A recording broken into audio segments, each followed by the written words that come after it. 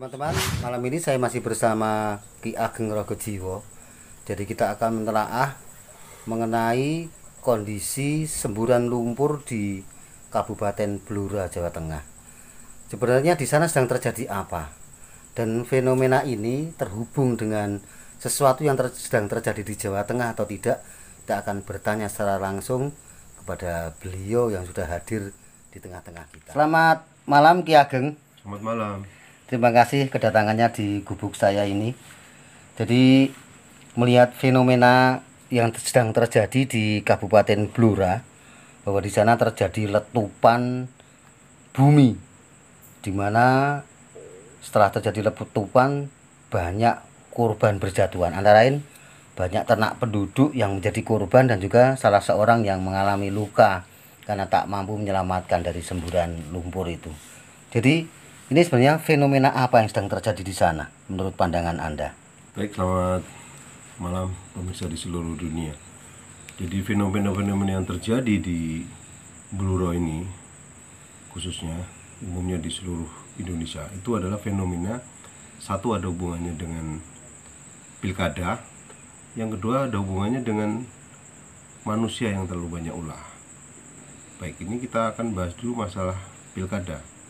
Kenapa akan ada pilkada kemudian terjadi hal seperti ini?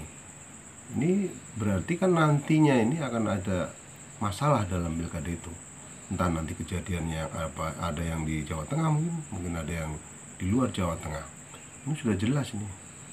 Terus kalau kita lihat lagi masalah kenapa kejadian itu kok ada di daerah Blora, itu memang ada cerita misteri bahwa di sana ada lubang yang menuju ke Segoro Kidul atau pantai selatan.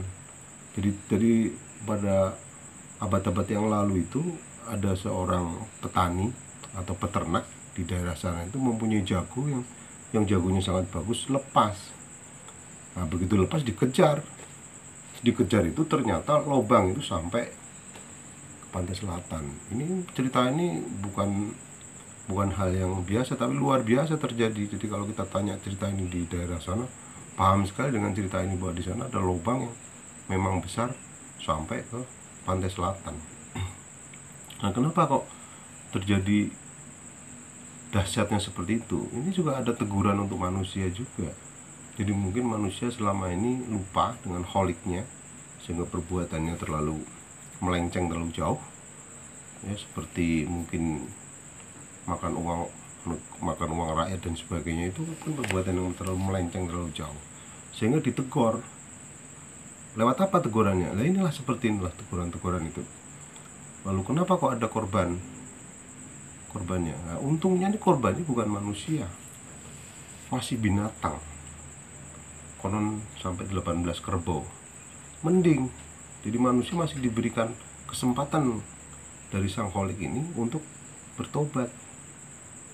Tidak ada korban manusia, tetapi paling tidak manusia di sekitar sana dan sekitar lainnya itu juga harus menawas diri supaya berhati-hati bahwa dengan kejadian ini korban diperkecil, manusianya hanya ada luka-luka mungkin kemarin. Harus supaya introspeksi ke dalam ini manusia-manusianya, baik yang ada di sekitar sana maupun yang ada di luar sekitar sana, karena beritanya viral, berarti yang di luar sana juga harus introspeksi diri tentang kejadian alam itu. Itu kejadian di Blora itu apakah ada hubungannya dengan kejadian di meluapnya lumpur lapindo di Sidoarjo?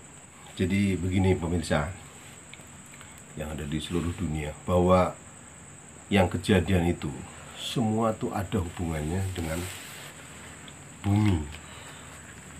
Jadi yang kita injak ini, bumi ini di bawah ini kan bisa mengalir arusnya kemana-mana. Bisa ke arah selatan, pantai selatan, bisa ke timur, tembus ke Lapindo dan sebagainya. Ini bisa terjadi. Nah, kebetulan penyumbatan yang paling dahsyat terjadi itu di daerah Blora itu. Jadi kenapa kok dijatuhkan di daerah Blora sana? Kenapa tidak di... Nah, penyumbatan itu ada di sana istilahnya dalam ilmu ekologi di sana. Jadi penyumbatan itu terjadi di sana supaya mungkin warga di sana dan sekitarnya supaya mengingat-ingat kok bisa terjadi seperti itu. Jadi kalau memang Sang Kholik atau Allah ingin menghendaki hal-hal seperti ini tidak ada hal yang susah bagi Allah. Tinggal membalikkan. Contoh-contoh kejadian yang sudah ada di dunia ini kan banyak ini. Seperti di Aceh, di Kalimantan, atau di luar negeri sekalian, di Jepang, di Vietnam. Dalam hitungan detik, menit, jam, habis semua. Siapa yang menolong ini semua? Dan siapa yang ini yang salah? Ya manusianya ini yang salah. Kan terlalu serakah, ingin menguasai dunia dengan tidak mengingat-ingat bahwa kita ini adalah ciptaan Allah. Allah marah dengan cara-cara seperti ini. Manusia ingin menguasai dunia, ya, dengan kesombongannya, dengan kehebatannya, dengan keilmuan yang cerdas. Nggak bisa tanpa campur tangan Allah, nggak bisa. Allah marah. Hitungan kecil pun habis. Anda mau bagaimana? Mau menabung kekayaan sebanyak-banyaknya, rumah mewah, rumah tingkat, mobil banyak. Kita lihat contoh-contoh yang sudah banyak. Mobil tidak terpakai dengan kena tsunami. Rumah dengan hitungan menit hancur lebur. Apa yang mau dibanggakan dari kita? Apa coba? Kita merenung. Apa yang mau kita banggakan? Apalagi pejabat yang sombong, ya, orang kaya yang sombong, orang ilmuwan yang sombong. Bagaimana dia mau menyombongkan diri?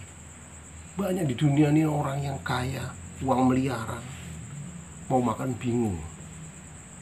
Yang katanya asam urat, yang katanya diabetes, yang katanya darah tinggi dan sebagainya. Untuk apa uang miliaran kalau makan aja susah? Nggak ada gunanya.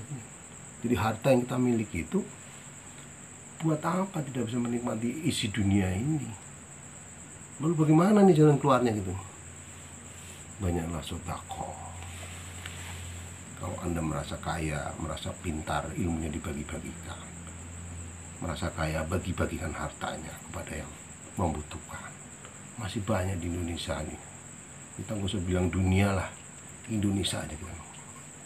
Jangan memikirkan diri kita sendiri. Kita pikirkan orang lain juga yang ada di Indonesia atau di lingkungan kita dulu sebentar. Kita bagi-bagi harta kita itu. Jangan dimakan sendiri. Ya. Saya sering bercanda dengan para santri, dengan para murid-muridnya. Batuk. Ya, kebanyakan yang dimakan nggak benar batuk. Watuk. Ya. Watuk itu dalam arti yang luas. Bisa batuk darah. Bisa batuk nanah, bisa batuk segala macam batuk karena keserakahan dan kesombongan orang di dunia ini. Jadi sebaiknya kita di dunia ini